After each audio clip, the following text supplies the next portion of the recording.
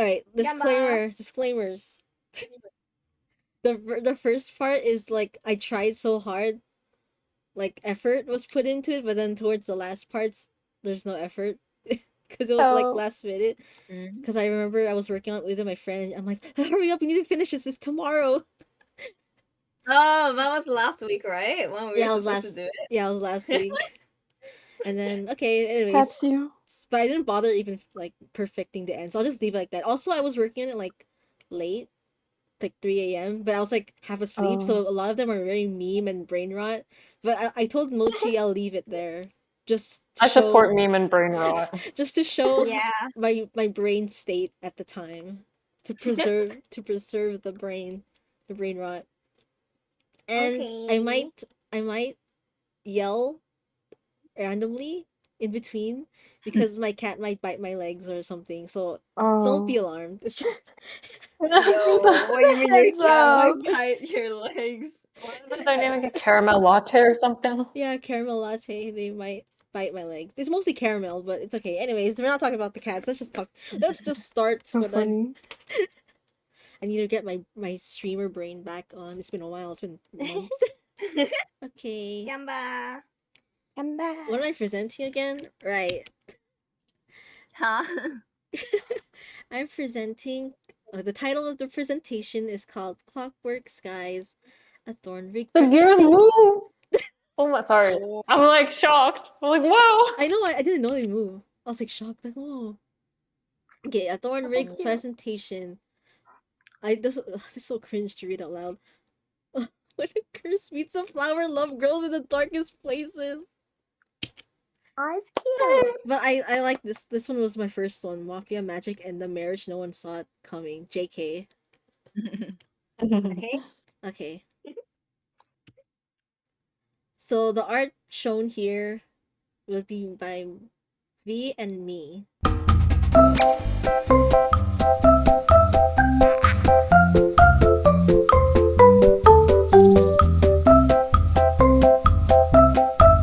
You can click on the link too if you want to see our socials.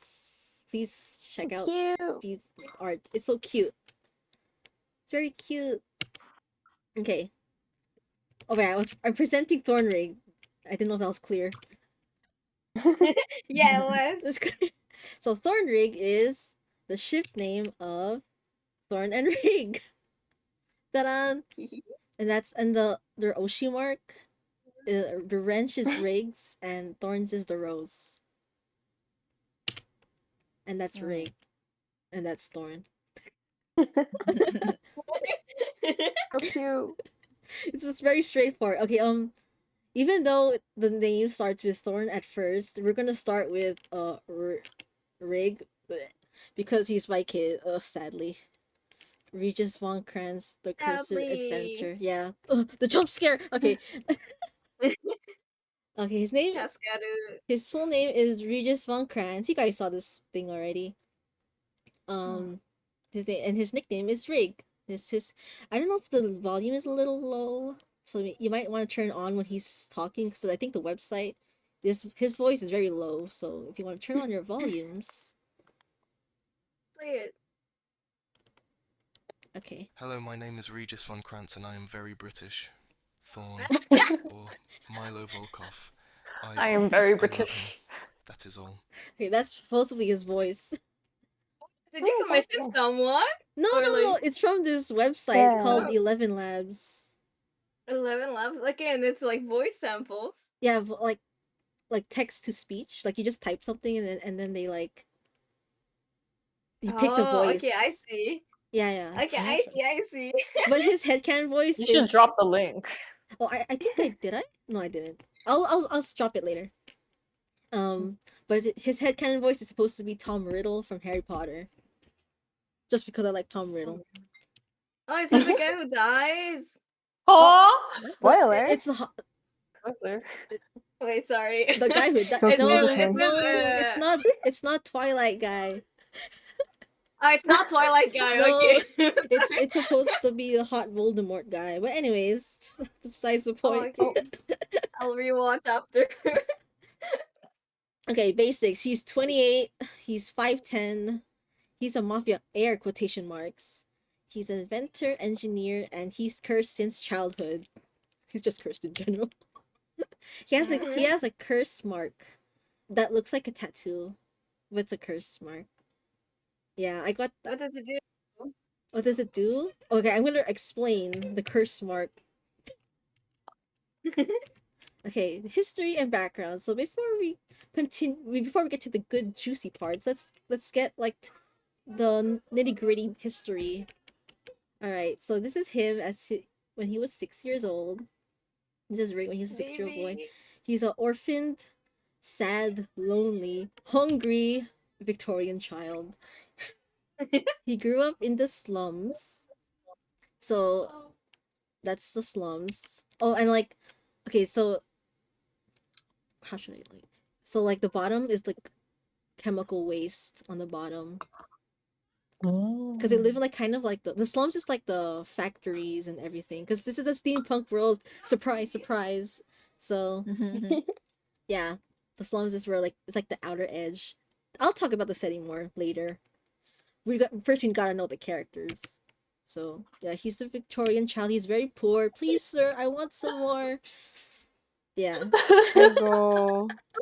Way to zoom. I love this. A little toe. Okay, we get it. He's poor. He's an orphan Victorian child. Next, at 6 years old, since it's like he stumbled upon this lab that looks like abandoned, but it's actually in the works, and this lab is like under the mafia. Oh. So and they have like expeditions they go to. So okay, I'll just give a brief thing on the setting. They're on a floating floating city, and Okay. they would have expeditions down to the surface, and they would get like these magic artifacts because before their world was very magical, like fantasy and stuff. So it's like a steampunk magic thing, but magic has kind of died down. Oh, damn. Yeah, so they have magic artifacts. So this is one of the magic artifacts the scientists were supposed to research on, but they haven't yet because it's still like they just like their expedition team just got it.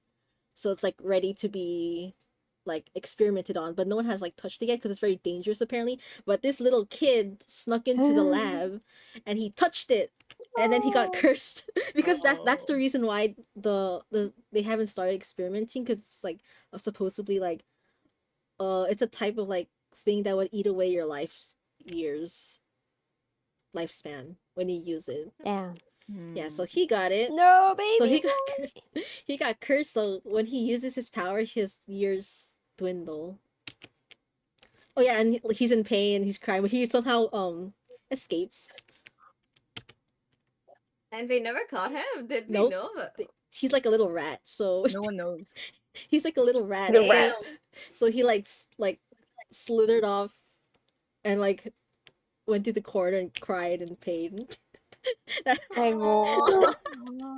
No kid, no. 12 years old. He's fine now, but now he's continuing living the slums using his power to his advantage. So Rigg likes to work and build things. So since he got his power, I should like probably like specify what kind of things he does. I have a doc out.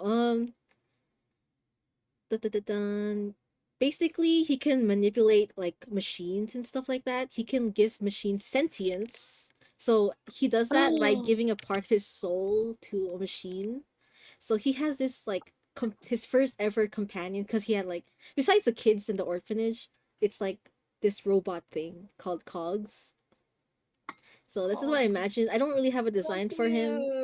Yeah, I don't have a design for him at the moment. So this is what I like the face of that bee thing, but I like the body of that Wally looking thing. So imagine that combined. But when I first thought of Cogs, I can't get rid of the Repo robot. Yeah. So so whenever I write about Cogs, I just think of the Repo robot. Like, he's just temporarily a Repo robot for now. So yeah, that's his companion and stuff. And somehow the mafia took notice of some kid causing havoc in the slums with their machines and stuff like that, and that's when like the boss guy actually came up and like, kid, I'm gonna adopt you. You want to live in my house? I'm gonna give you shelter and Batman, is food. that you? Wait, what? I said, Batman, is that you? Oh my god. Adopting orphans. Sorry, gosh. please continue. And then Rig is like hungry. He's like dying at this time. He's dying on the streets of hunger because he's a hungry boy. And he's like, okay, I'll join. Whatever. Just I want food because he's a fat ass. And Hey. he's a badass. That's the theme of this PowerPoint presentation. Hey, have justice for him. He's just a poor Yeah. Victorian child. Yeah. No, he has a big Let appetite. me. Oh, that's why. Let him eat. No. He's a growing boy. Okay, Let so- him eat. Oh, I see. What's to say? Continues living in the slums using his power to. I don't think got taken by the. Oh, so he gets taken in by the mafia family called the Von Krans, and it's the same family that has this lab. So like, Did they know that it was Oh. him? I mean, I think yeah, they do because they did. The scientists did tell like the guy like, oh, someone has like come in contact with the artifact thingy.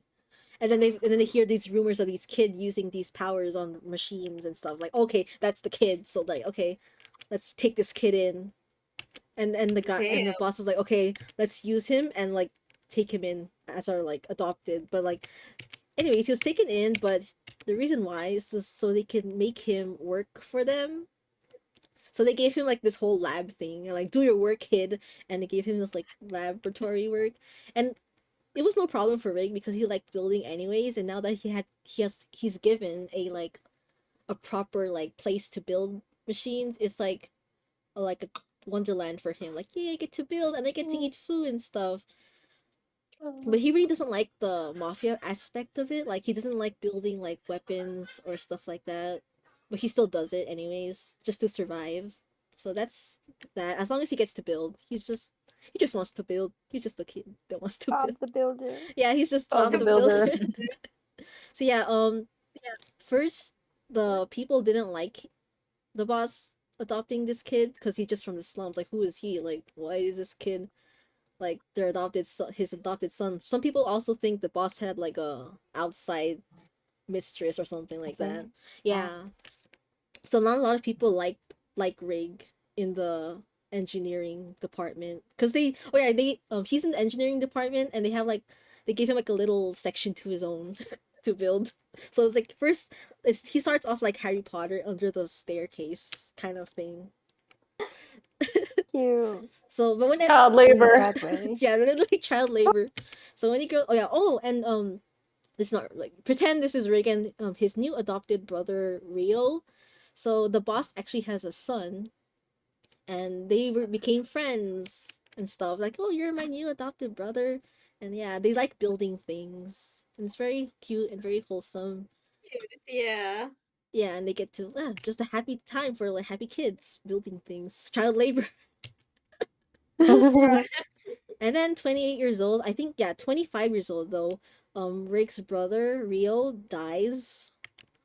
So okay, this is Huh? so this is from Taram, an MMORPG, old one I used to play when I was a kid. And Rig was actually he was first made as a Taram character. So I recycled Rig. Oh my god. So This that's video is sponsored by this cool. video this sponsored. game. Torem? So he was originally a Taram. So imagine this is Kid Rig and Kid Rio. He was based off You look super cute though. he was born out of a gacha avatar, so but yeah, Oh, funny. Rio dies, and Rig, at 28 years old, gets appointed the next heir of the Von Krans, and Rig doesn't like it. Wait, do we know why he dies? Oh yeah, I And can tell is you. that a spoiler? I can tell you. Yay! He got shot by another. Oh. Oh wait, actually no. Actually, I'll tell you next. I'll tell you later. Oh, okay, okay. Okay, it makes it more better. So yeah, he dies. Are you laughing his death? Animation. Oh, also, Love this. Rio is my sister's character. My little sister's Oh. Bro, and you just kill him off like yeah, my sister's like, oh, can I join the ship? world, and I'm like, yeah, because they in the original Taram world, they were like they're also orphans, but they like Rio got adopted first, and then Rig fled the orphanage and just crashed into the new adoptive parents' house. So yeah, they're brothers through and through, even in this AU, but Rio dies instead. That's crazy. Okay, so now that you know his background, okay, that's the current. Like right now, he's being appointed as the Von Kranz heir, and that's when Rick's problems start to spiral, get depression, because he doesn't want to be the heir, because it's supposed to be real, but like yeah, Mm. he gets empty inside. But anyway, his personality, he's a coffee addicted workaholic. So he's a workaholic clearly because he just likes to build. Um, I like to say he's a rat, but his animal's a raccoon. My Oh, friend gets mad when I call him a rat, but he is. Oh, I should have included the him morphing into Ratatouille. Wait, can I? What? how? Can I add that? Wait, let me add that real quick. It's funny. It's Ratatouille. Oh, Rattata. Why is there a Kuromi sticker? Oh, okay. He's also. What is that? Girl, The fact that you put it there so fast. why do you have it on speed dial? No, literally. She's gonna get mad, but you know what? I like it. I like this. Oh my god. So he's a raccoon, but I like to imagine him as a ratata. Anyways, he's on normal circumstances, he's sarcastic. He's very chill, so when you meet him, he's like chill, like so. And he's very stubborn. He's chaotic calm.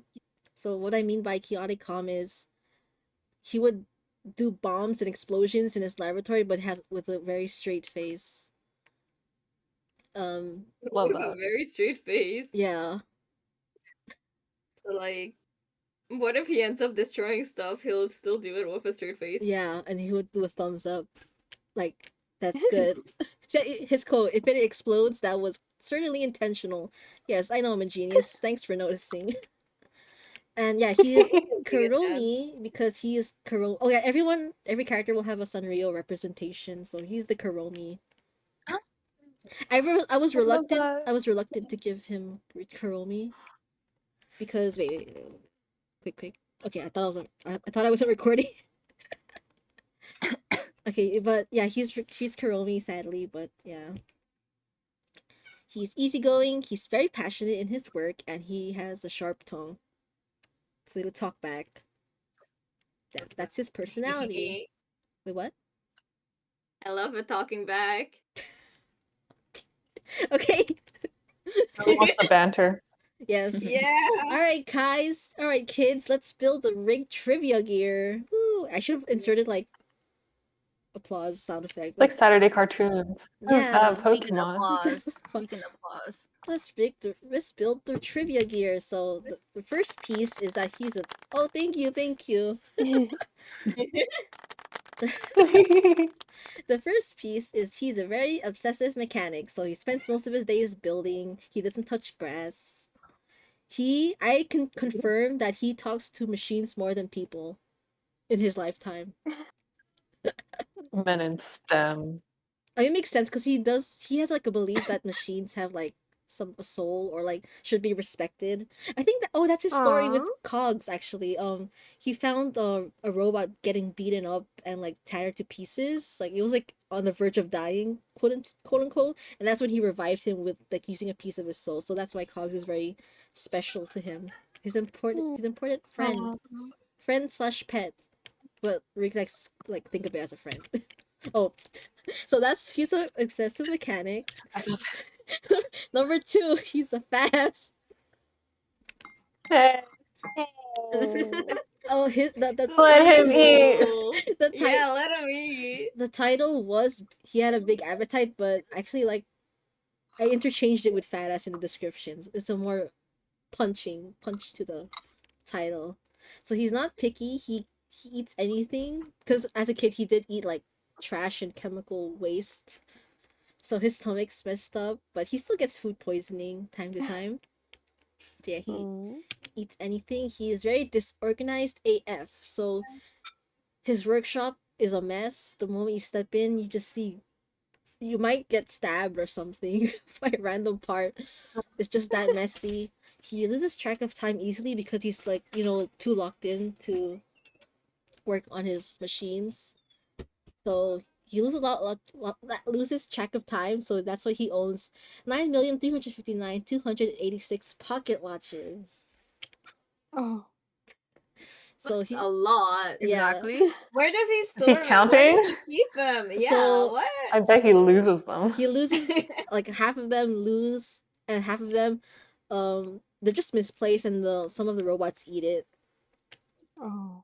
Oh. Oh, That's so oh, funny. oh, Okay, Robot eating a what? clock and then shitting it out. It's just gears. My god. Actually, when you walk into his workshop, it's like a jungle. You know how when you walk in a jungle, you see animals roaming around? That's his workshop.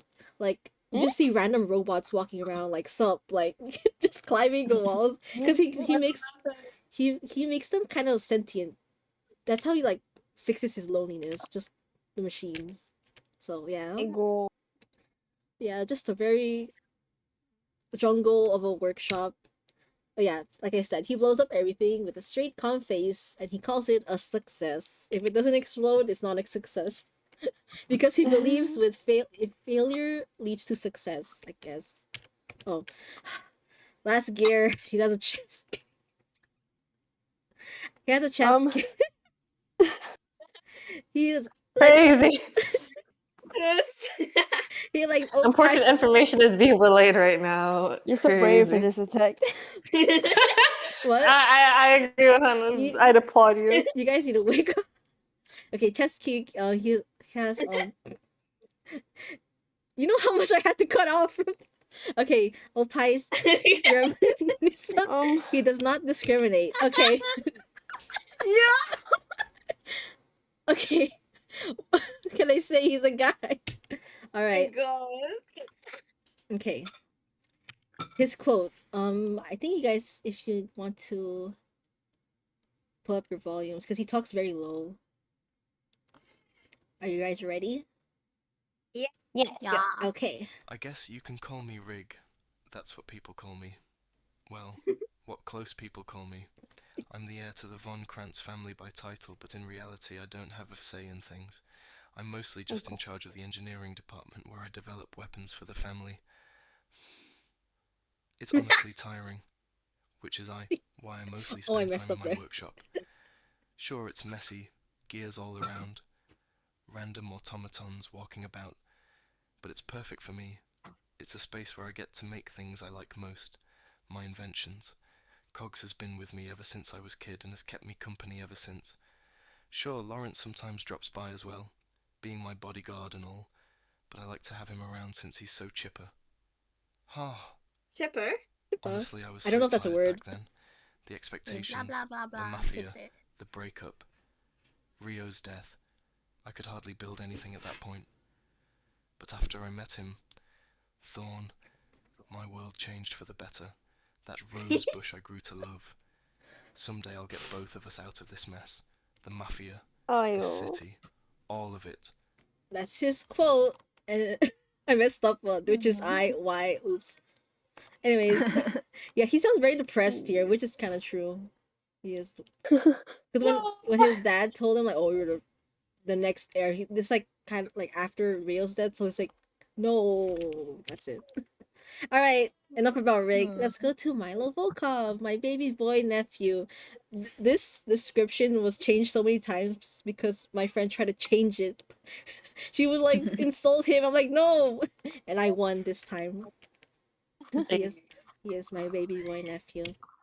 Okay, Milo Volkov is his real name, but his nickname or codename, I think, is Thorne. Let's see his quote. My friend messed up with using the website, so she forgot to add the accent. So this was him without the accent before. I want to kiss Rigg. Come here, princess. What? That was unexpected. Love it. All right, this is the edited. Spectacular. This is the edited quote. Sorry. got something stuck in my throat. See, I'm British. I'm very British. I don't know why I lost my accent back there. Anyways, Rigg, continuing from earlier, give me that kiss. I didn't make This is this. so funny. I didn't make it. I Oh, don't know why I lost my accent. It's crazy. It's so funny. It's like he went to go pick up his accent at the grocery store because he left it there. It's like, Literally. okay. Oh, so I think this section, most of my friend made this, so I have to present what she put. All right. shout out to her. Yeah, shout out. Good luck. He's 30 years My old. failure. So he's older. He's 5'8". He's shorter. He's a mafia bodyguard. He has spoiled aristocrat vibes. No, not even. And then he's rose coated and a boy failure. Avoid failure. Wait, is there a reason why he has spoiled aristocrat vibes? Is he like also rich or Yeah, something? he's Or he's just built like that. Oh no, he's the actual son of the Volkov family. So Oh shit, okay. yeah, Rick's not he's just adopted, but he's the actual. Yeah. Alright, let's start with the history and background. So this is Thor when he was 8 years old. I cried when I first saw him holding because it's foreshadowing. It's foreshadowing the bear with the eye because he has an eye patch. Oh, Stop. And I'm like, smart. that's no. clever. That's really clever. And I'm like, why? He's Wow. rich enough to get another bear. And okay, he's the son of the Volkov family boss, and mom died. Okay, so he's rich, so that look at that thing picture. Let's see. His mom died. Stop. I love the picture she chose. Okay, so yeah, I'm sorry I can't get too much in depth, but from what I know, well, she told me. And at 6 years old, he was raised by a nanny, and he learned to play the piano. And at this point, he was neglected by dad because he was too young to be useful, basically. So he was just raised by nanny, learning piano and other instruments. He also plays violin, if I recall. So yeah, Wow. very musically inclined. And then at 12 years old, nanny leaves, and dad begins to impose small tasks to groom him into a family mafia member, and he doesn't like that. So I'll talk about the mafias more in depth, but basically, like, their specialty is assassination and killing, and he doesn't like that.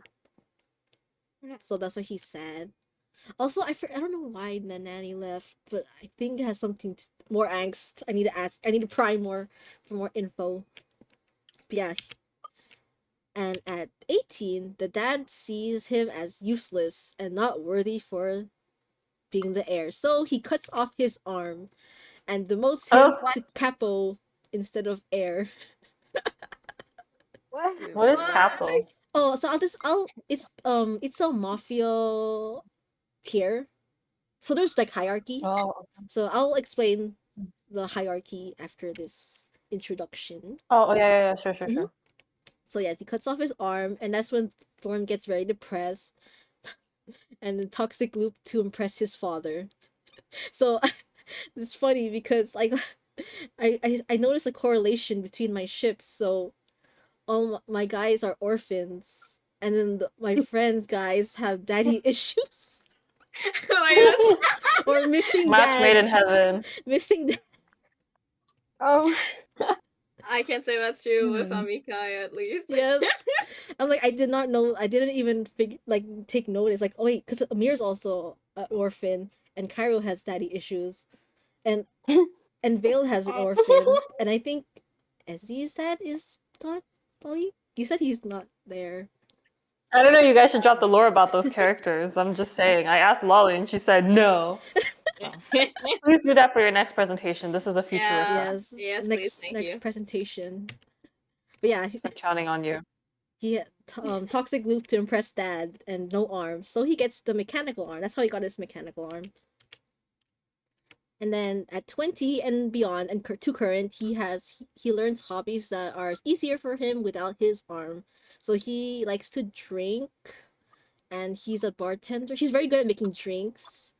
His weapon of choice, I think it says on the in the. Oh no, it doesn't. But he uses potions as his weapon, like, and besides his arm, so he Ooh. like throws potions and it's like a alchemical weapon. Ooh. Besides the arm, punching arm. And he besides oh yeah, he doesn't play music that much, but he can still play with the arm, just not often. But he draws more. That's his like new hobby. Likes to design clothes and stuff. So a very artsy guy. Okay. Yeah, So oh, I girly called pop. it. So personality, artsy, pretentious, romantic. And his Sanrio character is Hello Kitty Aw. Oh. So cute. because it's red. Is he also 5 apples tall? Okay, spoiled brat, vain, over the top, plus extra. He's insecure. He's easily jealous. They have so I filled out the ship meme, and their jealous charts are to the max. He's observant, organized, artistic, sensitive, and a materialistic guy. And his quote is, "What? I have impeccable taste. I know, huh?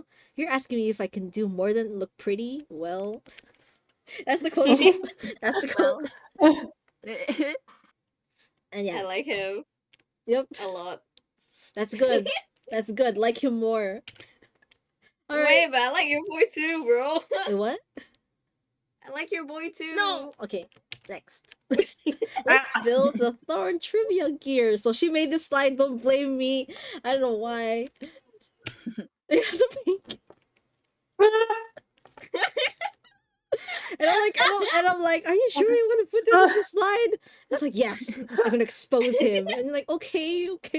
Cause she's like, you put Rig in Chess King. Like, okay, fine. So that's the first piece of the gear. Hey, yo, He has okay. there's a reason though. There's a reason. Cause as his childhood, guys, he was abused. He was abused. So his only way of coping was to. That sounds like what's that? I know there's a movie with that same plot. Anyway, sorry, continue. It's a movie. What? She's right. What's I it remember I called? saw a movie review and it's the same thing. What Can't movie is remember. that? I'll have to check. Me asking for a friend. No. Yeah, that's his way of coping to accept the pain. So that's how he like got it to copium.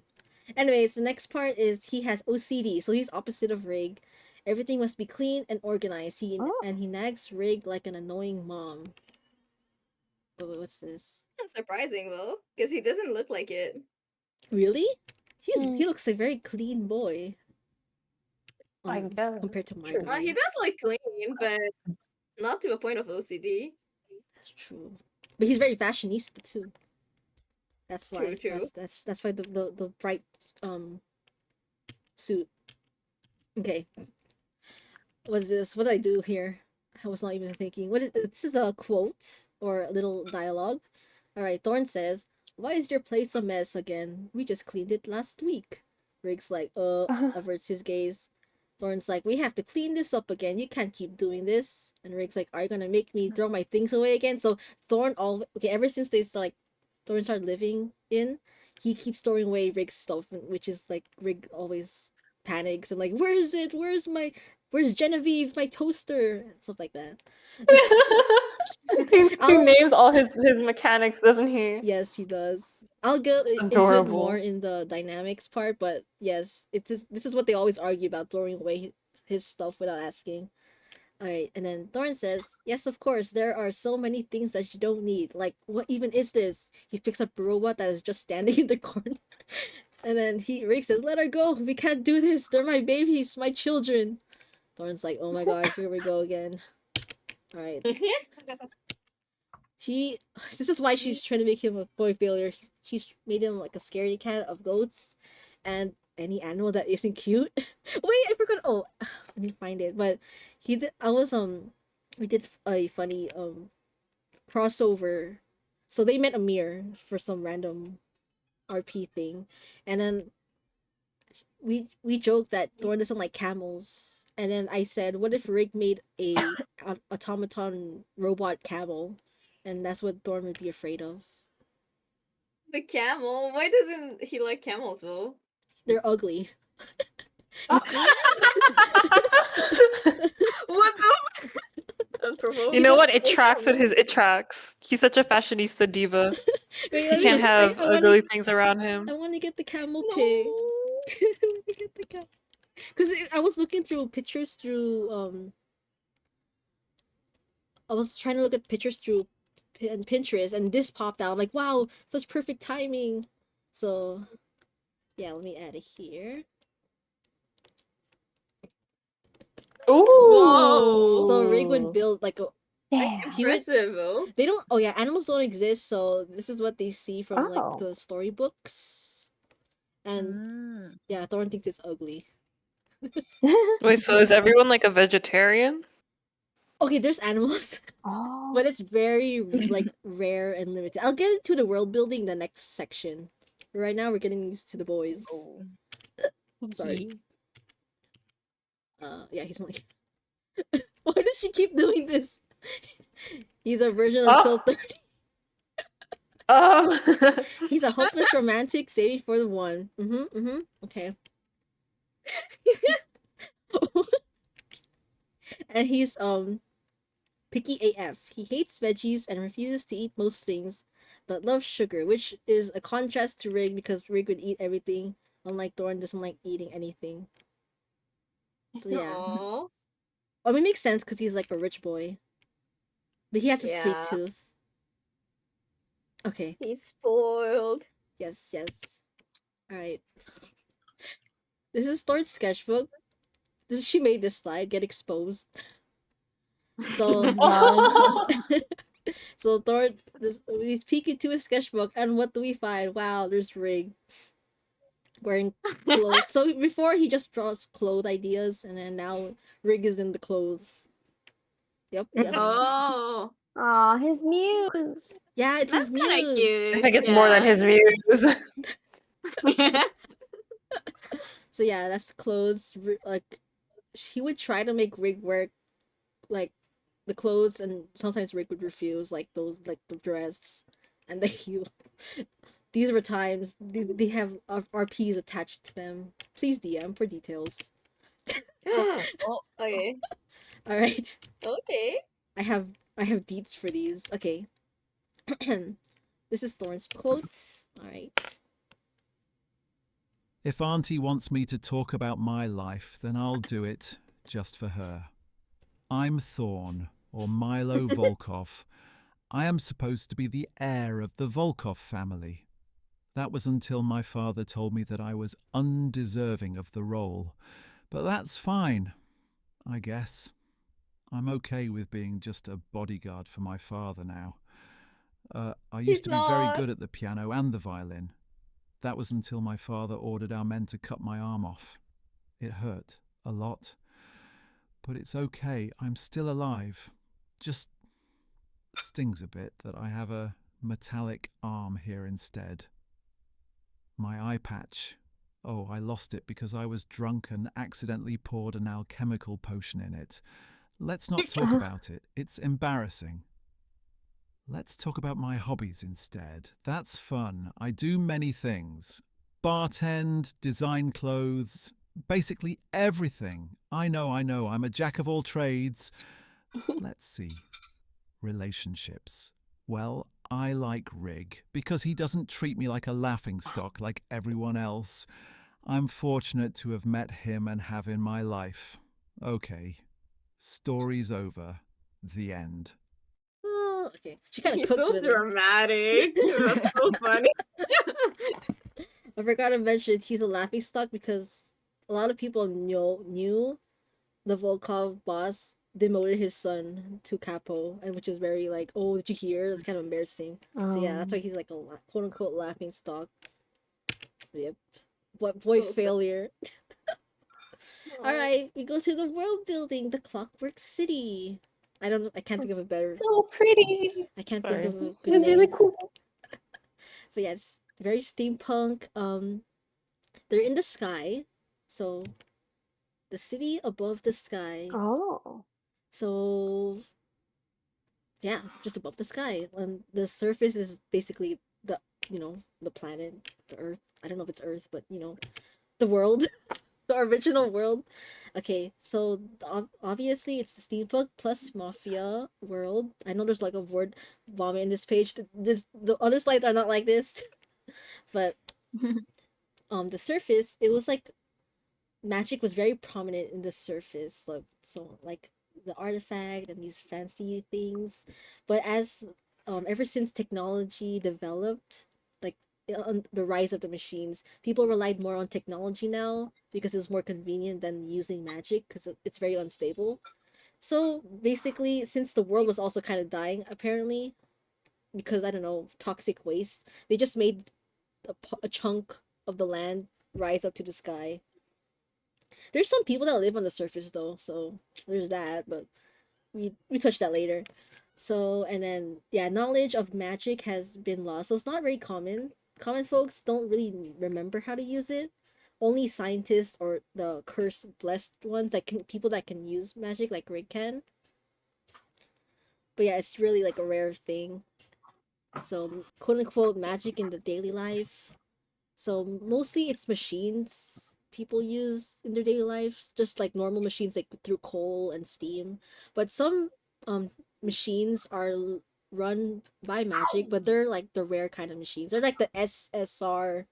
Like if you got a machine like that has like a magical core, like oh you got a good one. Oh, they're called magics machines with magic imbued in them. So they're like more higher quality and stuff like that. And then only the privileged and wealthy have easier access to those special grade machines. So do we have some at the mafia place? So yeah, the mafias all obviously have machines that are magic imbued. Yep. So Magic imbued CPU, yeah. premium core. Yeah, and the common folk just have like the regular steam run, cold run magic. I mean machines. Machines magic, I'm getting Peasants. confused. Peasants. Okay, so in this world there's also automatons, which are like robots.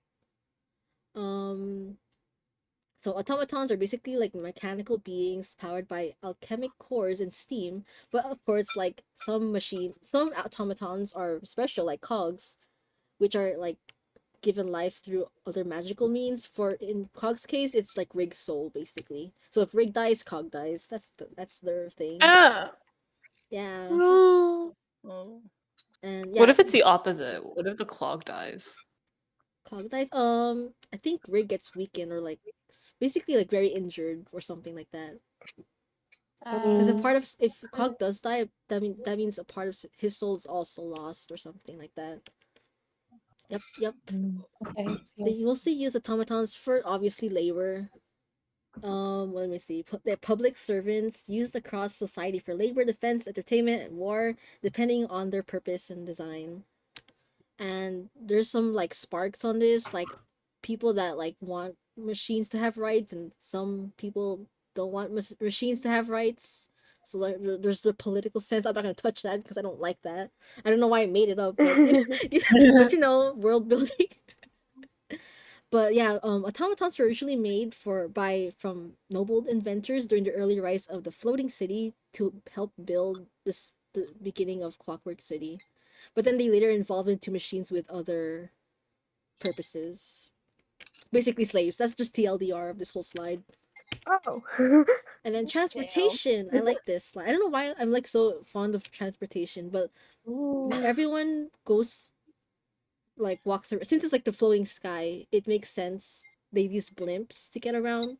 They're like the buses, trains of the world. So they have public routes and private. Some people have private owned blimps. They have sky carts. If you look to the right of the top screen, you can see these like little railways on these carts being carried off. This is also from a game called BioShock. I was watching Iron Mouse play. So when I was playing, I'm like, "Whoa, this is perfect for steampunk," because they also basically live in the sky. And then there's also the mechanical horse-drawn carriages. These horse-drawn carriages have magic cores, so they're very only basically wealthy people have them. So they're kind of equivalent to Ferraris and helicopters. That's the only thing I can Private equate them jet. to. And then the moving paths, I got lazy to write it, so I found a clip from the game to like demonstrate what the moving paths are. So let's now show you. Whoa.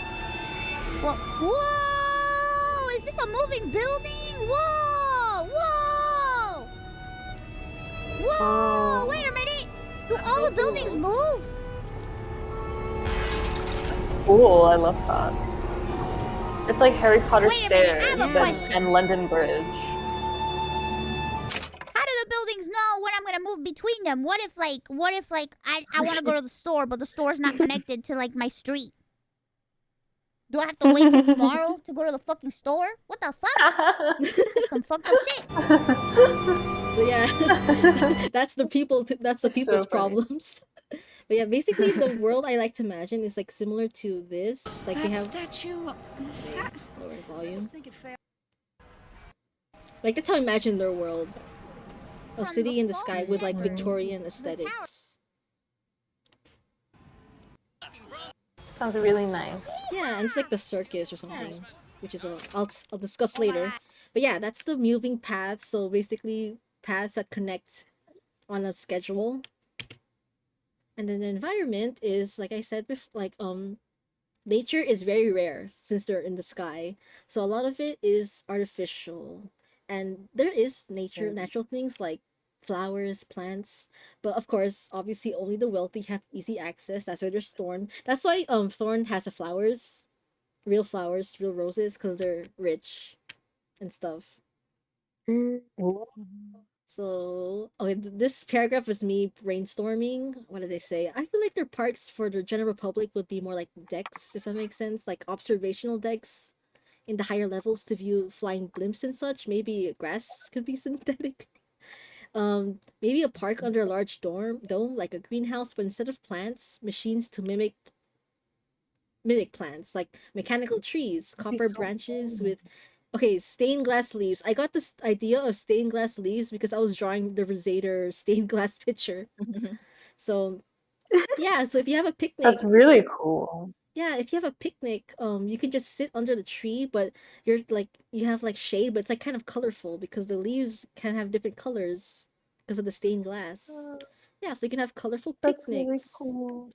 Yeah, and open sky decks. I don't have a good example, but that's a parkour POV if you're gonna parkour there. But yeah, that's their environment. So nature exists, but very limited, very rare. It's kind of like being kept under. Yes.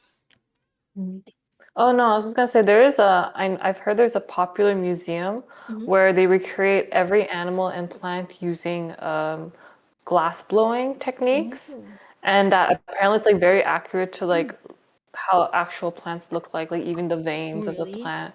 So maybe that could be something interesting that you could Nice. integrate Okay, in. thank you. I'll add that to the world build. Thank you. No, yeah, it Mochi. was just something I thought, and I was like, I don't know if it's interesting for you. Anyways, Yeah, I really like your ideas. That's what you said. Glass blowing. Glass blowing. Yeah, I was like glass blowing museum. Okay. Also, when I was playing Honkai, I found these vaults things, like these little jar thingies. That's how I like to imagine how real plants are kept. Like real flowers are kept within preservation vaults. So yeah, I took a screenshot of that. Also, if you play Honkai, please add me. This slide is sponsored by Honkai Star Rail. Yeah, I'm sponsored. Yes, that's how I like to imagine their nature. Anyways, all right, Mafia's time. So there's mafias that exist in this world, but I'll just delve into the two prominent families, which is the Von Kranz and the Volkov. One way to distinguish is that the Von Kranz are blonde and the Volkov have black hair. The Volkovs have black hair. Okay, it was aside from that, so all families have like a specialty that they're known for, like in their own territory. So like I said before, Volkov is like assassination and just killing related things. And then Von Kranz is that they value advancement of weapons and technology. That's why they took Rigg in to develop their weapons and such. And yeah, these two are always the rivals of each other because they like they want to one up each other in terms of like, I don't know, wealth and territory, because you know technology is very good at making money, but also Volkov is apparently people want to kill a lot of people there in that world because they're rich too. So yeah, and let's look Wait, at but Mhm. oh, wow. Sorry, no, go first. Go first. no Go go first. Never mind. before you forget. Oh no, because wait. So wait, so I'm a bit confused. So the two families are enemies?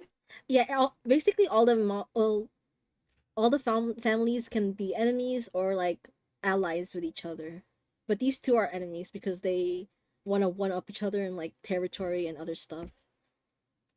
Okay, but then how come are they being a bodyguard of the enemy? Bodyguard Romeo and Juliet?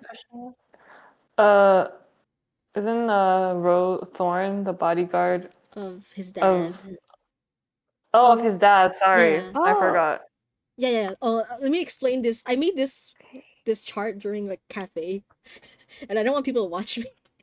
So I was like, oh, how do I do this? Anyways, yeah, let me explain. The red is all Volkov and the blue is all Von Kranz. So let me explain Volkov's side. So the guy with the black hair is the Mr. Volkov boss. The bosses are called Dons, but they're basically bosses.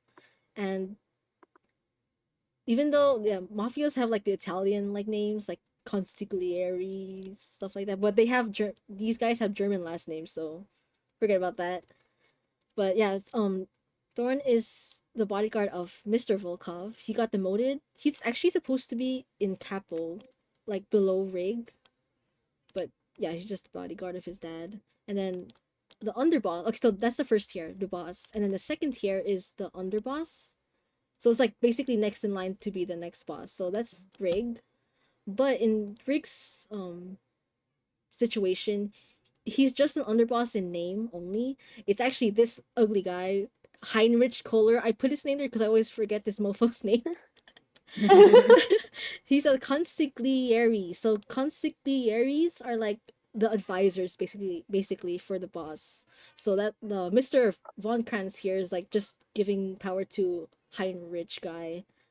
So he's controlling the capos below them. So Rigg's just there, like a figurehead. He doesn't really have much power. All he does is the only power he has is that he's head of the engineering department.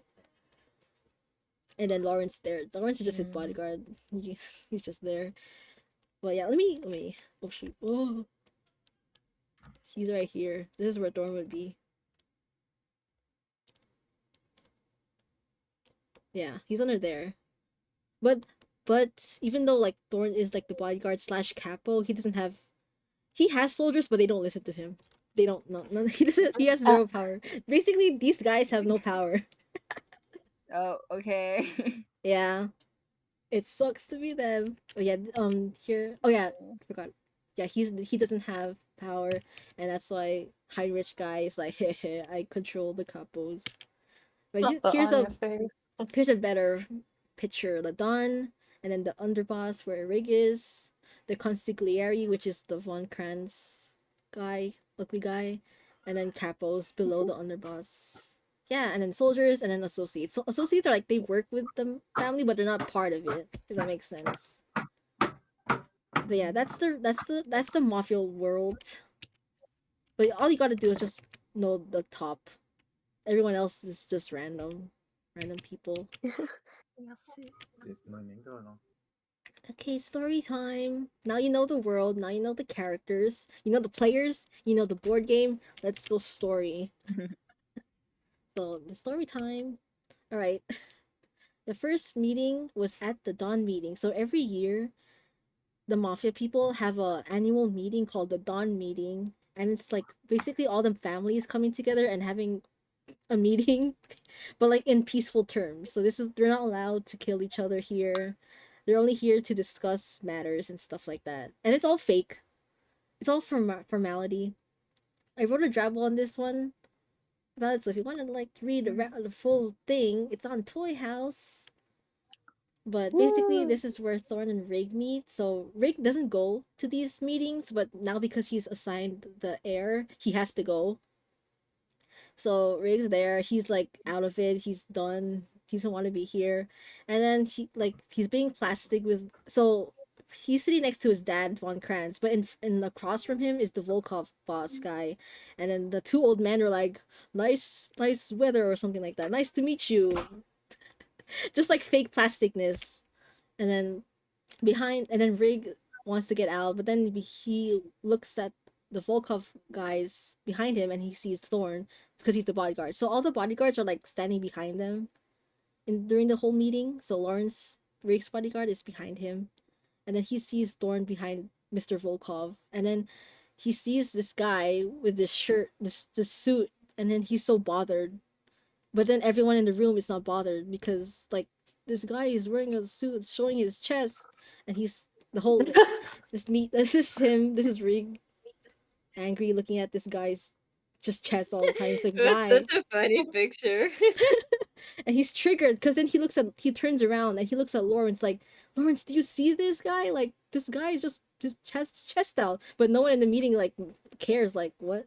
They're just talking serious talk. So like here's Rigg being like questioning his life and just staring like looking bad at Thorne, and Thorne's notices this guy looking menacingly at him, and he also stares back menacingly, and they just like have a stare down. But yeah, that's the whole meeting.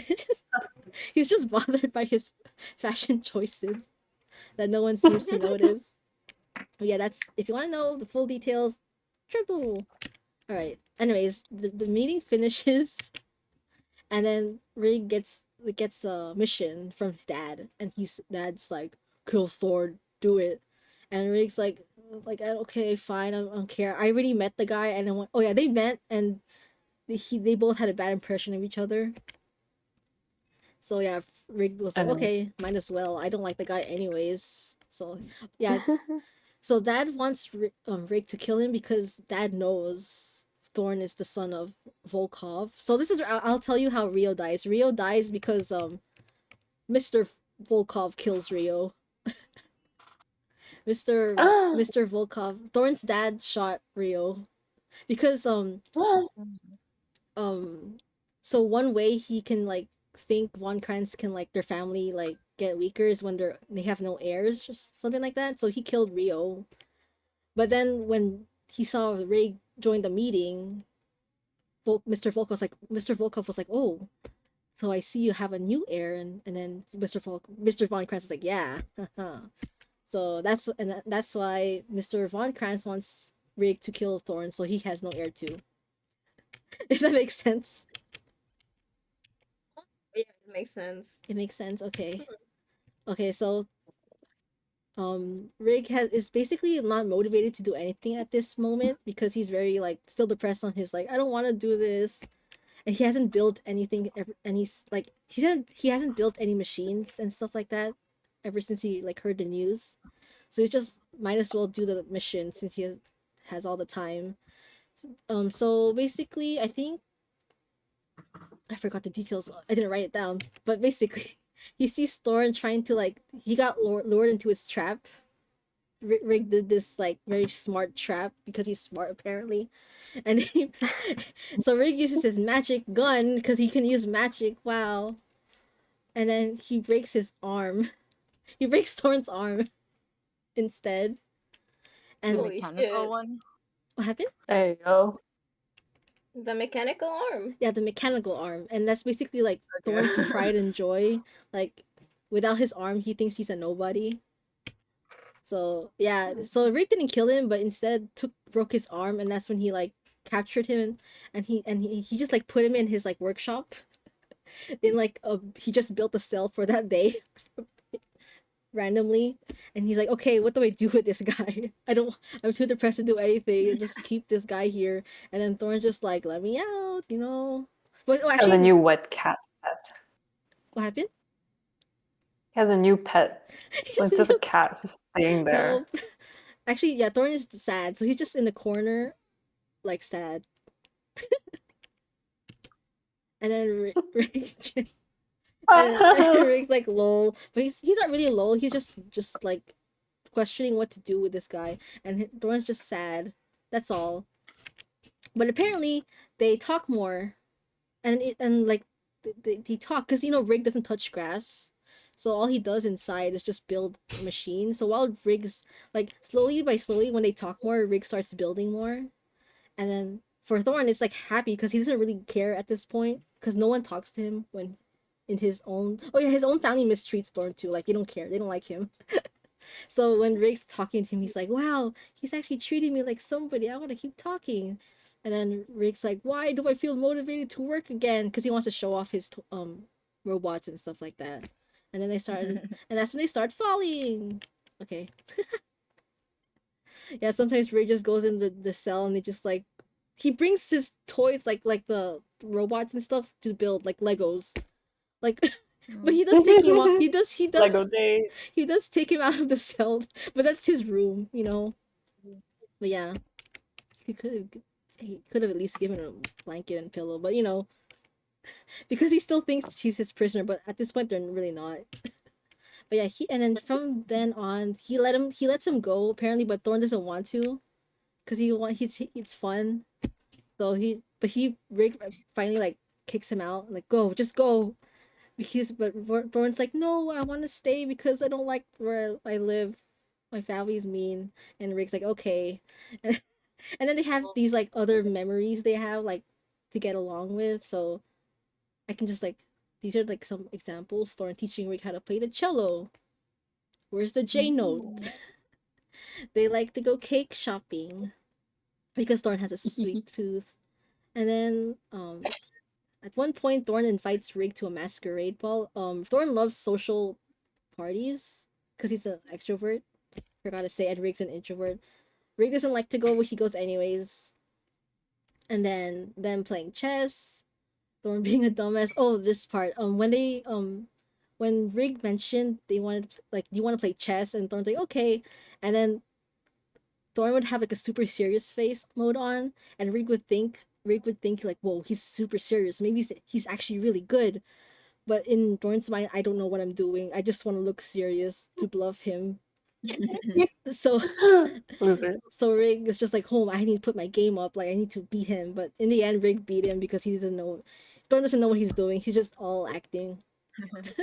And then the red things are like important scenes. Like think of it like an Otome game. Like when they get closer, Rigg would like bring Thorne up to like, so in his workshop there's like a attic, kind of like a balcony on the top. He hasn't opened that room since because that was the room he and Rio used to build. Like he has this giant machine Rio and him were building, but after his death he like covered it up.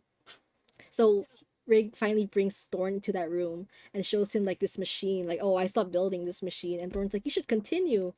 And he's like, and then Rigg's like, really? Should I? And then yeah.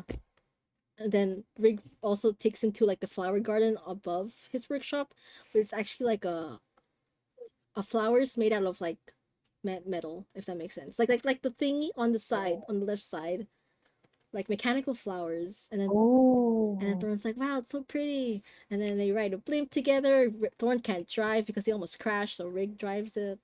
Oh yeah, and Red is Rigg starts resuming Rio's project, and it makes him happy again because I don't know the details of what project. I have no ideas, but it's important.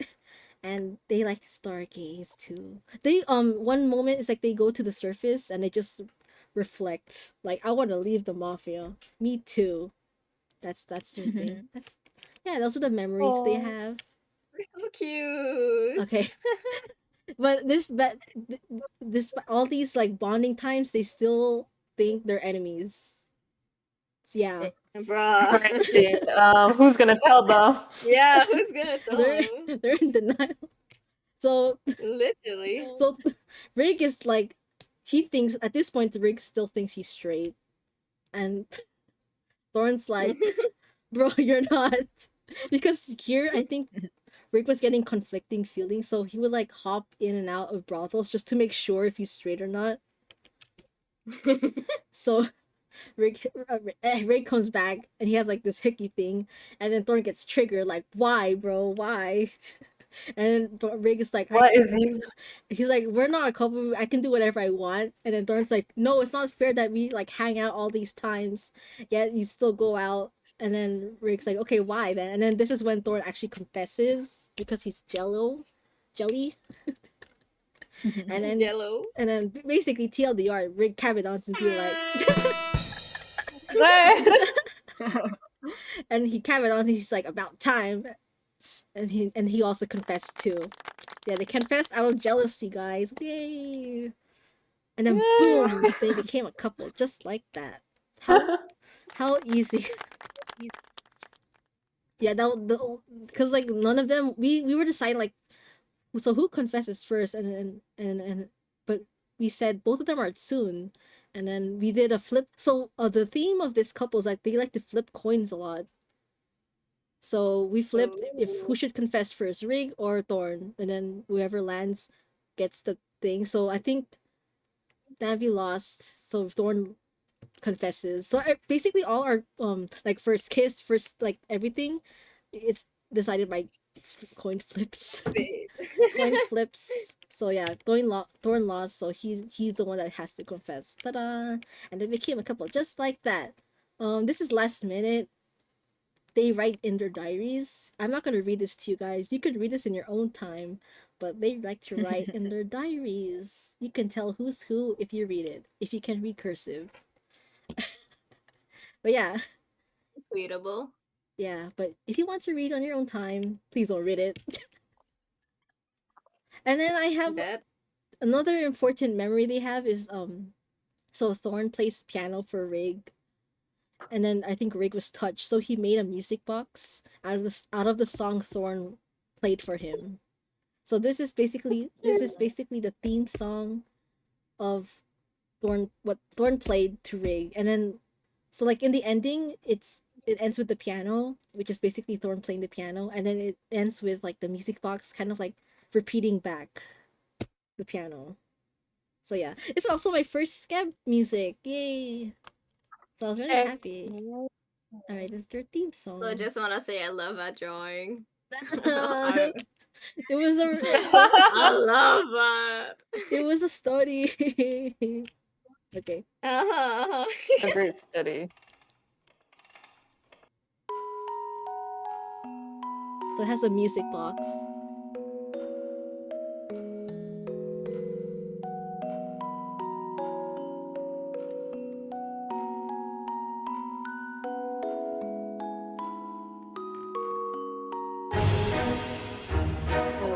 That part scared me when I first heard it. I got scared. I got scared. I'm scared. But basically, they have this like. It sounds really good though. Yeah, they did a good job for like less than a month. I was like, whoa, so fast. But you guys can listen to the full song if you want. Let me skip to the ending. It gets very tragic. It gets tragic here. I like tragic. But then it dies down to like the piano part. So I like to head kind of Thorn's part.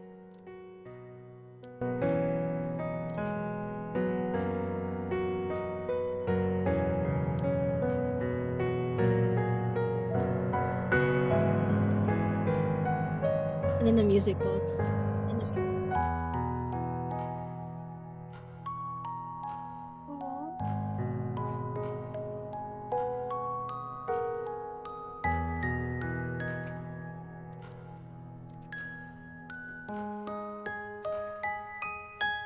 Yay! Okay.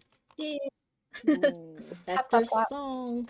Please, yes, if you'd like to listen, the full video is on YouTube. Please like and hit subscribe. You guys don't need to subscribe, just like the video. Like and subscribe and leave a bell on for notifications. Yeah. Yeah, that's the link there if you want to like and subscribe. So okay, the ending of the story. There's multiple endings because they like to be cruel. We like to think of it like an otome game. So there's two main bad endings. There's actually a gajillion bad endings because we're cruel like both that. die. And They have then an one ending good where we ending. both die. Okay, let me pull up my doc because I have. So let's go with the bad ending. Actually, no. Let's go with the bad ending. But when Rigg dies, so when Rigg dies, so basically, how does he die? Oh, he just dies. But it's more like how the fate is for the other person when the other person is not there. That makes sense. So when Rigg dies, this is Thorne's fate. After Rigg dies, Thorne gets so depressed he starts drinking more again. And then while he's drunk, he decides to blind his other eye. Because the world isn't worth seeing without Rigg, so he's just completely blind. Also, Huh? also headcanon that Thorne's arm rusts because neither he or Rigg are maintaining it anymore, so it doesn't work. So yeah, I forgot to mention that detail.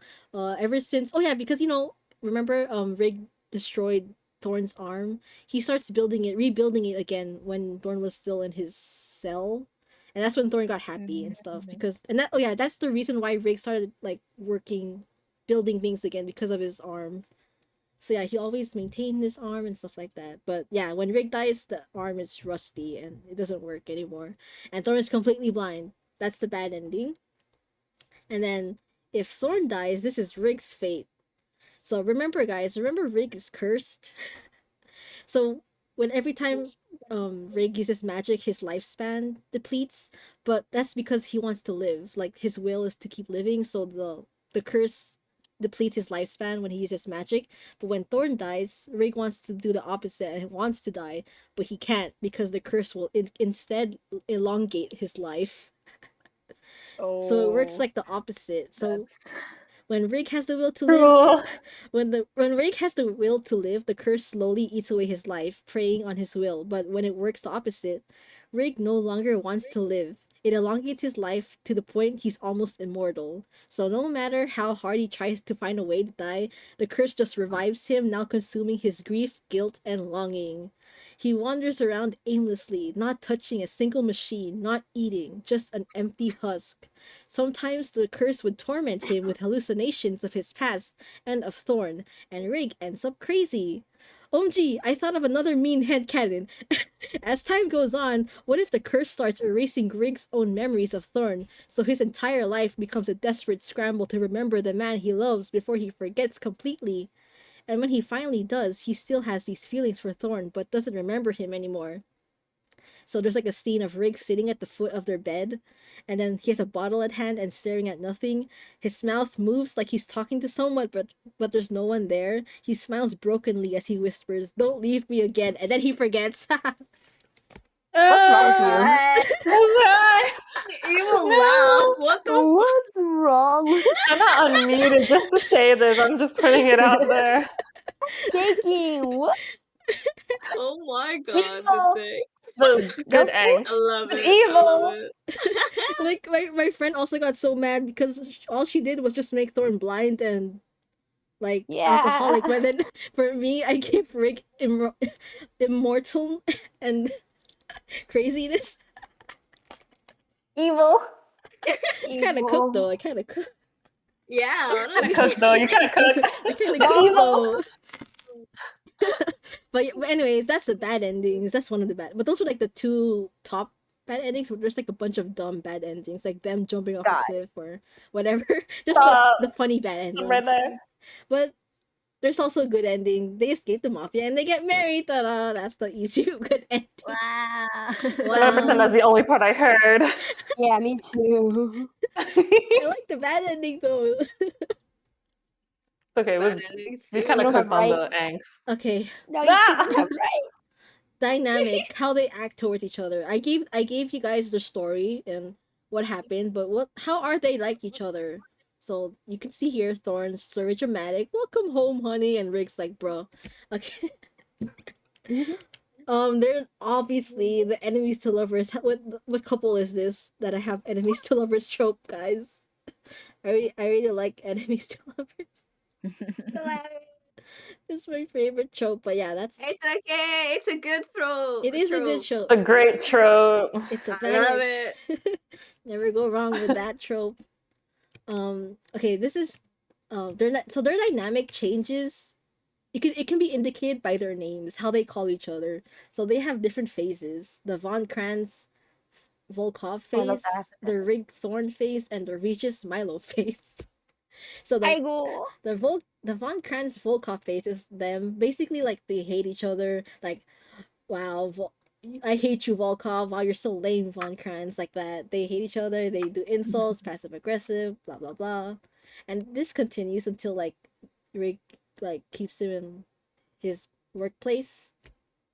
And then there's the Rigg Thorn phase. They call them by their nicknames, which is funny because people like Ray only calls like lets people call him by this nickname if they're close, but for some reason he just lets Thorn call him like that. Because most people like his dad calls him Regis. The other people call him Regis, but no. Thorn calls him Frigg for some reason. But yeah, this continues. They are both smug and Sun. They are. Oh yeah, so you would think Rigg is like the smug guy.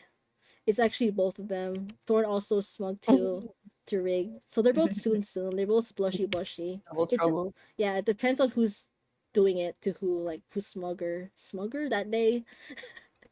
Yeah, that time Thorn is curious about Rigg, and that lets Rigg open up like during that time when he has Thorn, because at the time like another reason why Rigg is depressed is because he also broke up with his recent girlfriend, because his girlfriend like wow, you're so dreary, and like who cares, isn't that great, you're like the next heir. But Rick's like, no, he's all depressed, he's in his workshop. And she's like, you know what, let's end this. And they broke up. So he's like even more, because he mostly like keeps his feelings inside and hides it through sarcasm. But like that's when Rigg opens up to Thorn like for real, when he has him in there. Anyways, they're both competitive. They have friendly. They have banter. They have a lot of jealousy and unspoken feelings. And then the last phase, they interchange with Rigg Thorn, but sometimes like in like the very important scenes, they call them by their real names, like Regis and Milo. So this phase, they're lovey dovey. Thorn likes PDA and very flirty, but Rigg is very shy because he's introvert. But he gets used to it over time, and they argue like a married couple over stupid things. So, example, toasters. Rigg has like 15 plus toasters, and Thorn is like, why do we need this much toasters? And like Rigg is like, because Genevieve has a family. Because like he has, you know, like how prototypes and like some things don't work. So, but he still keeps them because they're still machines that had life. So yeah, Genevieve and her kids. And then there's also twerking pizza. So we're talking about if they could cook. Both of them can't cook. Well, Thorn can cook decent things, but Rigg can't, because it usually ends up exploding the kitchen. But basically, Rigg tries to make a pizza, and he like delivers the pizza to Thorn like through a robot, like a dog robot. By the way, Rigg likes dogs. um he made a dog robot, and oh my gosh, let me put like, okay, sorry, my cat was climbing on the wall. Yeah, Turkey Pizza, he delivers pizza to Thorn because and it was like the robot looks like a dog. Think of those like rover dogs thing, and but has pizza in the back of them. And then but there's no tail, so it looks like the robot is twerking. That's the turkey pizza. Anyway, that's very dumb. What is this? A quote, I guess. Thorn just talking. Rigg can't help stare at his chest. Thorn question mark. Rigg is not listening. Thorn's like, ahem, my eyes are up here. Rigg snaps out of it. Not my fault, you just have them out in the open. Oh, such a distraction. Thorn's like, ha, so you do admit you like looking at me. Rigg's like, shut up. Points his wrench at him like a sword. Okay. Okay, this is recent. He's not beating the allegation. I got this picture yesterday. My friend drew this. She showed this to me. I find it cute. Oh my god. This is Rigg. He's mad because this is Cogs, the repo robot, and Thorn's like, oh shoot, he's mad because Thorn, you know, he likes designing clothes and stuff, so he gave Cogs a makeover. And Adorable. And the Cox is so happy, but Rick's triggered. He's like, "What have you done to my robot? Why does he look like this?" And Thorne's like, "Punish me," and then Rick's like, "Ugh."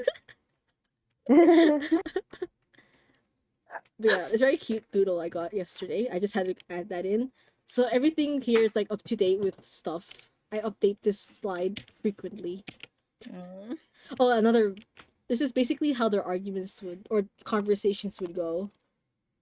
Oh, so left side Ritsu black hair is Thorne, and Shoto white hair guy is Rigg. So this is what they would say. Bruh, you know what I was thinking, bruh? If your leg get cut off, would it hurt? Oh my god, I know this. Oh, this one? Duh. How? Cause your leg got cut off, fool. Where you gonna feel the pain? In your leg. Exactly, bruh. How you gonna feel the pain in your leg if your leg is gone, bruh? That's the conversations they would have because Thorne has no arm, so that's what the question Rigg would ask. That's what their convos would be sometimes.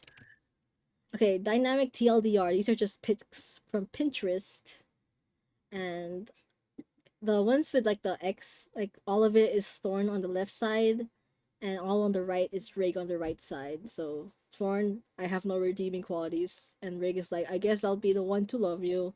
And then Rigg likes getting compliments. Like Thorne would always give him compliments, and then Rigg's like, obviously he'll get like nervous and stuff. And then Thorne's the dumbass, and Rigg would be like, "Oh no, they're my dumbass." Yeah, so yeah, Thorne likes to shower him with compliments, and Rigg's not used to it because, like, even though like Rigg doesn't say it, he also wants validation with what he does when he makes building stuff and stuff like that. So he doesn't get much compliments because a lot of people talk smack about him for not being like the real boss's son. But he got used to like all the bad stuff. Like I'm used to people hating on me. Who cares? But when he does get compliments, he gets fuzzy and stuff. And then yeah, another one Riggs eats anything, and Thorne is very picky. That's the right. I don't know. How do they go on dates? I don't know. They have to chaos. Basically. I don't know what this slide is. I just want to show my friends' art. The Kabedon and the Swoochie. Yeah. Yum. Ignore my middle dumb doodle. But basically, yeah, because remember Thorne doesn't have experience, so that's his like their first kiss, and Rick's like expecting because Rick has experience with his exes. But yeah. Okay, stats for the nerds. 60-40. So you're like, okay, who's top, who's bottom? I'm just gonna get it out there. They're switch, but Rick is 60, Thorne is 40. Boom. That's the ratio. That's for the nice. stats. Also, what? I don't get it. Love that for them. What do you mean you don't get it? It's love that percentage. That's for the stats. 60%, 40%. Okay, I have a reason why it's 60. Oh, okay. I have the coin flips. So Yeah. Rigg, Thorne doesn't like Gatford. They argue which is which, like who wants which position. So they do a coin flip to decide, of course, because that's their trademark. And then, but Rigg, the reason why, Rigg would rig the coin because he would do something engineering. So that would make him get the 60. That's how he got the 60 now. But then later on, he stopped rigging the coin. Ta-da! And that's how Thorne got the 40. Alright, that's the ratio. Alright. The supporting cast! There's other characters besides them. So, this is Lawrence. This is Rigg's bodyguard. He is Rigg's childhood friends along with Rio. So there's the triplets of them. 3 of them. Good looking. 3 of them. There's 3 of them running around the mansion.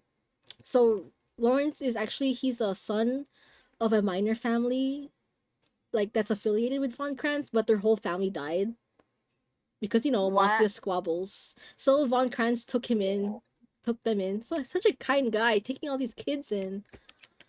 So Lawrence gets to live with them temporarily.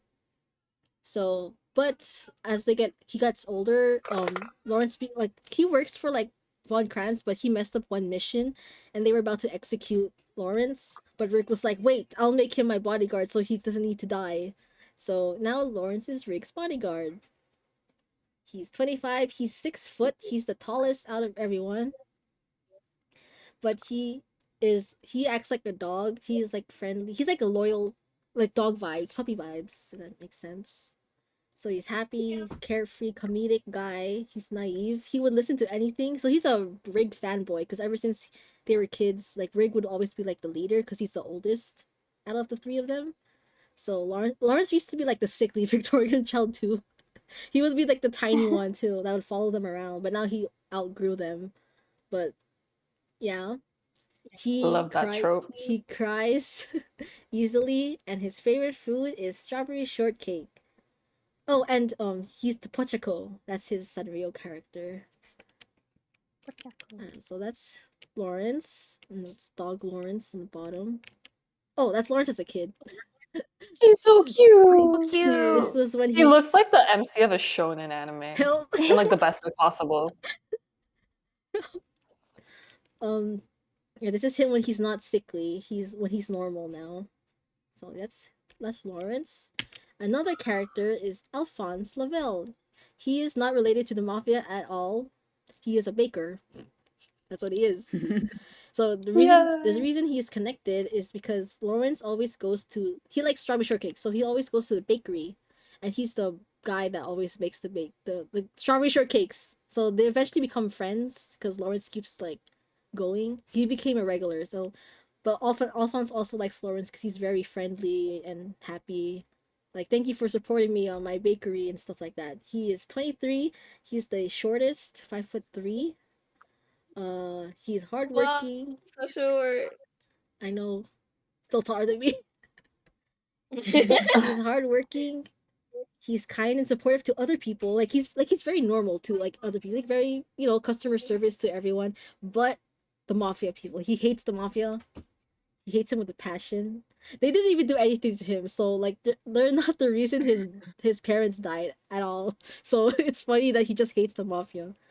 So whenever like Rigg and Thorne would come, he would just get triggered. He's all bark though, no bite. He doesn't actually fight them. He would like pull a knife and threaten them, but he knows they're part of a mafia. Yeah, because that's when he like found out like Lawrence was part of the mafia. He was shocked, like because Lawrence doesn't tell him like off the bat. Like he already liked Lawrence, but then when Lawrence said, "Oh, I'm part of the mafia," Alphonse was like, "What?"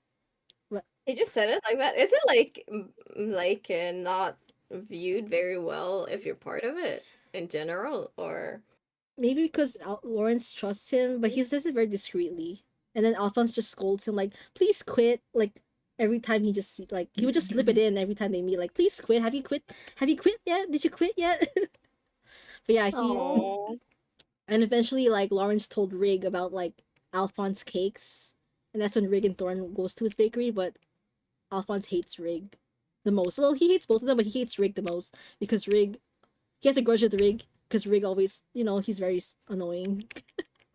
So, oh yeah, this is Kid Alphonse. Kid Alphonse, very cute. He's so cute. Oh right, he's Pom Pom Porin. And they're both dog related, so that's why you can see I drew them as dogs. He's a Chihuahua. He's very Chihuahua vibes. Oh yeah, and this is the current Drabble I'm writing. This month will be the final part, so it's in 3 parts. So if you want to start, when I finish it, you guys can read the full thing, the trilogy of Rigg annoying Alphonse. But yeah, it's on Toy House. Wait, actually, no, not on Toy House. Sorry, Google Docs. I just copy pasted. But yeah, that's the Drabble. If you guys want to read, they're just homies. Yeah. They're homies. Yeah, totally. There's nothing wrong with switching they your were homie. roommates. Switching homies. There's nothing wrong. There's nothing wrong switching your homies off to work. Yeah. Totally. but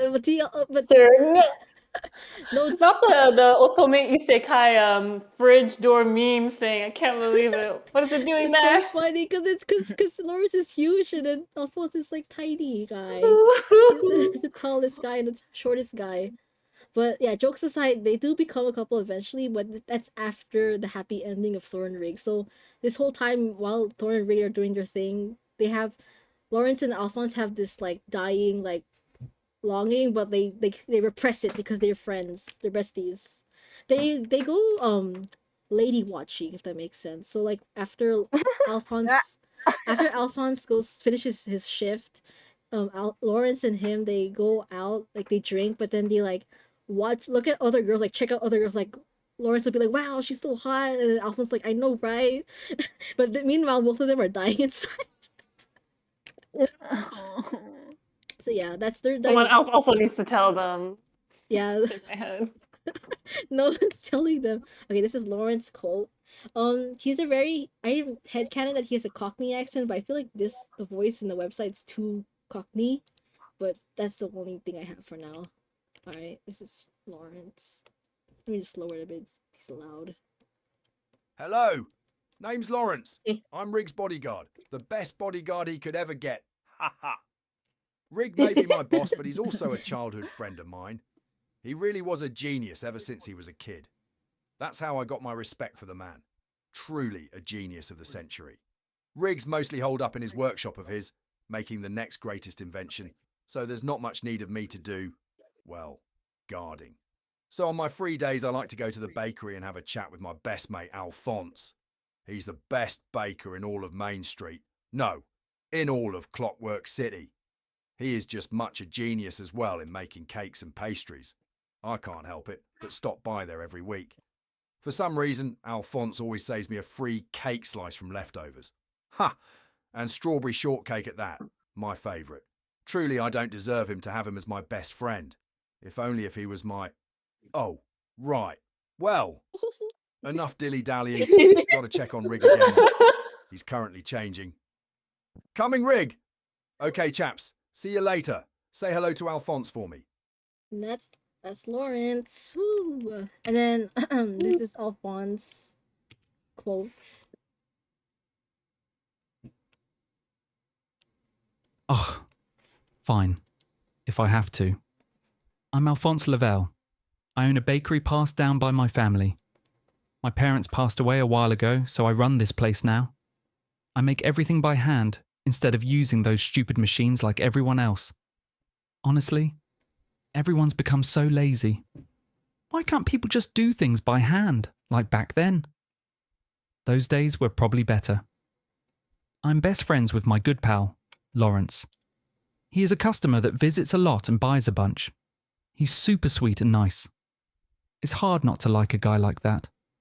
But the one thing I hate is that he's part of the mafia. They're scary, brute. I don't even want to think about them. I tell Lawrence to quit, he won't. One day, I hope he does, so he can move in with me and we live together happily ever after. Sorry, what? I didn't mean to say that. Come by my bakery. Cakes are 25% off today. That's Alphonse. Cutie. Yeah. My sister hates him. She's like, I don't like clingy guys like that. Like, anyways, Otome game looking. This is all of them together. Looks so good. This is supposed to be. I was supposed to be drawing Lawrence's ref, but then I got distracted and I just drew Thorne and Alphonse because I wanted to see like their height comparisons. So yeah. This is the Otome. Okay, if there were straight guys, which route would you choose? I'm curious. Lawrence. Mochi's Lawrence, okay. Sorry. Alright. Visually Lawrence, I would What say. is everyone okay, continue. Next. Lawrence is pretty fine, not gonna lie, but I'd go with I'm debating between Thorne and Rigg. Like Thorne personality wise. Mm-hmm. And Rigg because I'm biased.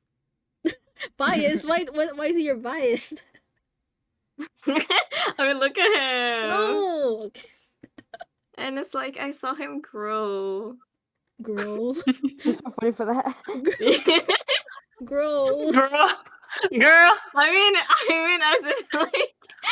as in, like, he expanded as a character because the tech would update me, like, tell me more about him. Oh right, I was giving you like I showed you whips of his like fetus. Yeah. Yeah. The fetus. So okay, Rig then. Oh please no, or Thorn, please don't. For what? Which Wait, what? who are you picking? Who are you picking? I'm picking both. Okay, Hannah. I think if it's Otome game round. personality type wise, it's Thorn, I think. Ooh, okay, Thorn. Yay! Okay. Show some love for my boy. Lolly?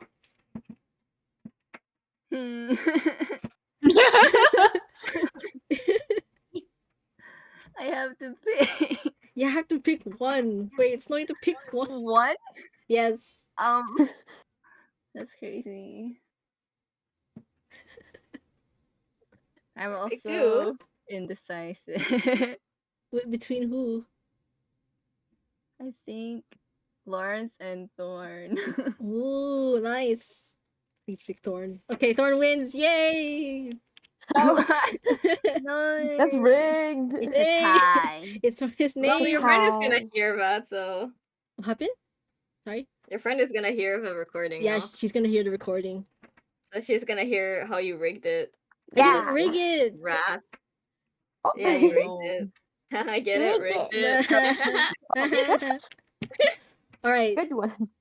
You thought there's no female characters just because it's a BL world, huh? No, there's female characters.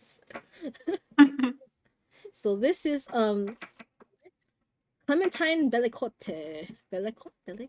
I don't know how to pronounce that. Wow. She is a brothel worker, and she every time Rig used to go, he would always go to her. Like, so he was like, he was her always customer, and she's picky. She doesn't like him though. She's like, he's gross, he's smelly, boring, and stuff like that. She's Onesan vibes. She's 30. Smelly. He's smelly. She's tall lady too, 5'8". I think she's the same height as Thorn. And same age too. Onesan vibes, cunning, picky taste, dominatrix coded. Okay. So I just found out about this. She just typed this in the slide. I'm like, what? She came from the surface to earn money. So, whoa, she's from the surface, girl. She hates her job as it gets boring really fast. So, when she found out about Thorn, she wants to set Rig up with Thorn so she can get rid of him for once and for all. So she's low-key a Fujoshi. She's a Fujoshi. Brothel girl Fujoshi. So at first she was trying to get like, because back when Thorne and Rigg were in their denial phase, she was the girl that like, both of them were trying to get her, Rigg and Thorne, but in the end she was trying to secretly like set them up as the Fujoshi girl. But yeah, that's Clementine. She's very chillin' Onesan. Okay, this is my kid, but I don't have drawing because I don't draw. So this is Bianca Adeline Steinhauser. You draw. Why don't you start drawing? Okay. I know there's a queue. There's a queue because I haven't finished Lawrence's ref still yet. There's a long queue I have to draw. Lawrence, her, and more characters. So this is Rick's ex. She's rich. She's 23. She's the youngest and the shortest. She's also from a minor family that's affiliated with Von Kranz. So they met at a party. They flirt, they banter. Yeah, but she's also a bit snobbish. She cares about reputation. Because, she's from a minor family. And she's like, oh, maybe if I get with, the Von Kranz air guy, Her trope is she looks innocent and pure, but she wants to rebel against the good girl attitude. She's actually very, like, flirtatious girl. Like, she would, like, always go, like, talk to men and everything. She's like, haha. But she appears like, oh, good girl, but no, she's not. But yeah, eventually, Rigg always tries to impress her. Like he would like build little like trinkets and machines, like, and she was not really impressed with those. Like, stop wasting your time and stuff, and start like delegating like mafia matters. But yeah, she just doesn't like understand Rigg, which made him more like sad. But yeah, he goes into spiraling, and then she goes off on her own, and they break up. So yeah, and then so Bianca and Clementine, they they get together in the end because they bond through trauma dumping from Rigg past experiences. Help. They're like, oh my gosh, I know, right? Do you know Regis? Yeah, he's very dirty and very improper, gross. Why is he so obsessed with chess all the time? And then she's like, I know, right? He always like, why is he like that? Yeah, so yeah, they trauma bonding from Rigg trauma. Like everyone hates Rigg. If you notice, like these two girls, Alphonse hates Rigg. Well, except Lawrence, but yeah. So much. The Rigg hate. Has It too many pops. makes me laugh. Yeah, they get together eventually. And then the wedding ending time, they get on the good ending. They get married on the blimp, and then they spent their life savings on fireworks the whole time.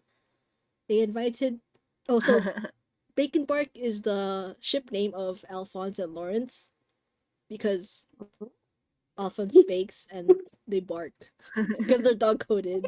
Yeah. But yeah, that's how they actually met Alphonse because they needed someone to make their wedding cake. So yeah, Alphonse was like didn't want to do it at first because they're mafia, but Lawrence because he did the puppy eyes, Alphonse did it. So yeah, they invited the wedding, and actually it was the wedding after like when the wedding ended. That's when Lawrence and Alphonse like let everything out their feelings. So yeah, the birth of a new ship after the ship like one ship ends and another ship starts. Ta-da! That's the happy ending. Ooh, they get to marry. Ooh. Alright, I like that. Mary. This is another random clip that I like to headcanon Rigg. This flower for my wife today at work. I'm gonna give it to her and tell her I'm gonna love her until it withers away.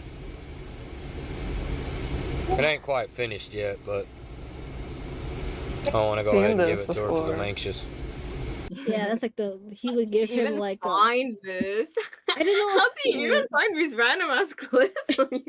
They just go to me. The algorithm is very good at its job sometimes. Yeah, the algorithm like just knows gives me ThornRigged things, and I just take it. But yeah, thank you for listening to my ThornRigged presentation, everyone. That's the end of the PowerPoint. Keep presenting.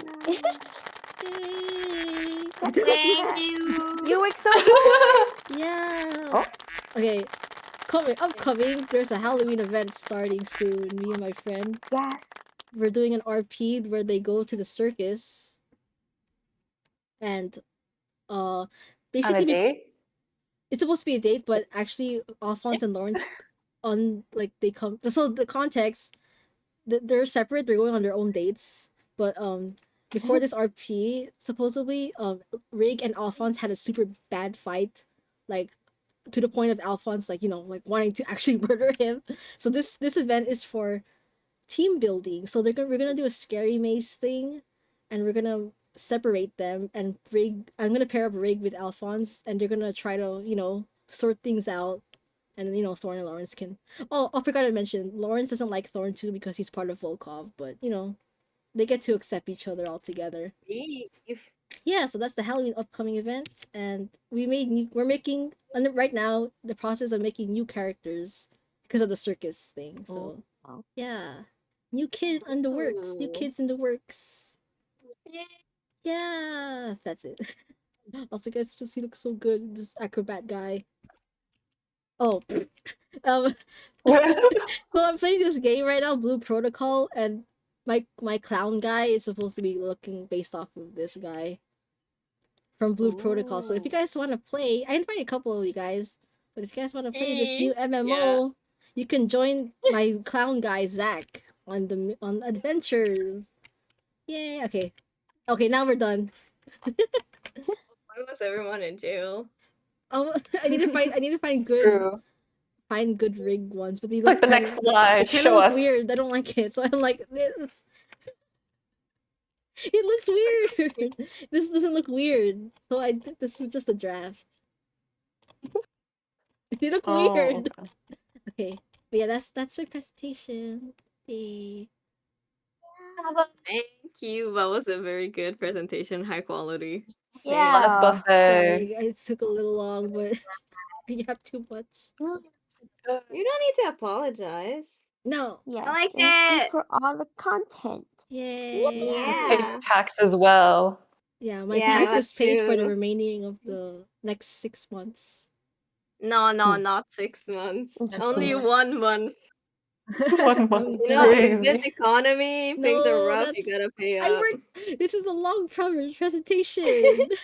No, I think this is worth like 2-3 months. Two. Crazy. I'll up it to 2 months. Like council. Like 70 slides, guys. 70 slides with videos and links.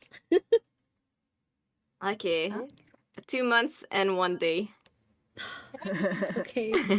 Yeah, I'm I glad. think our leader is a scammer. For real. No. Well, I learned it from the best, aka Hannah. What did I do? I've been such a good kid this entire time. I pay my taxes every month. Like what? What? Nah, you got a whole reputation and like a history of scamming. Criminal history, criminal record. When did I scam anyone? If you get scammed by me, speak up. Exactly. No one spoke up. I speak up. Hannah scammed me of $5 last week. She was Crazy stuff. She scammed me art like every year. That, art. that's not right. She's just thinking about it. I don't know about that. I think that's right. I don't recall doing that. So it's not right. You're not That's right. all. Anyways, thank you for listening to. Now you know a little bit more of Thornrig. Ta-da! And the PowerPoints and the PowerPoints and the PowerPoint. Next time, I don't know what's next. I'm done. No more PowerPoints from me. Unless I do more ships, like other ships. We all know that's a lie. I was gonna do like an overall ship art, like a ship's slides in general, like every ship and ranking them, like everyone. But I was like more like, oh, let's just do ThornRigged because they have too much lore. So yeah, maybe next time I'll do ships and like other ships. When is your book coming out? My book. Oh. Your webtoon. Ooh, book, yes. No book. There's Pre-sales? With ThornRigged. No, we're gatekeeping them. We're not gonna release anything. Okay, it's only a matter of time until she releases stuff. Please Unless the DM if Otome will code it. please DM if you'd like more content. DLC. Thank you. But yeah. Thank you. Alright.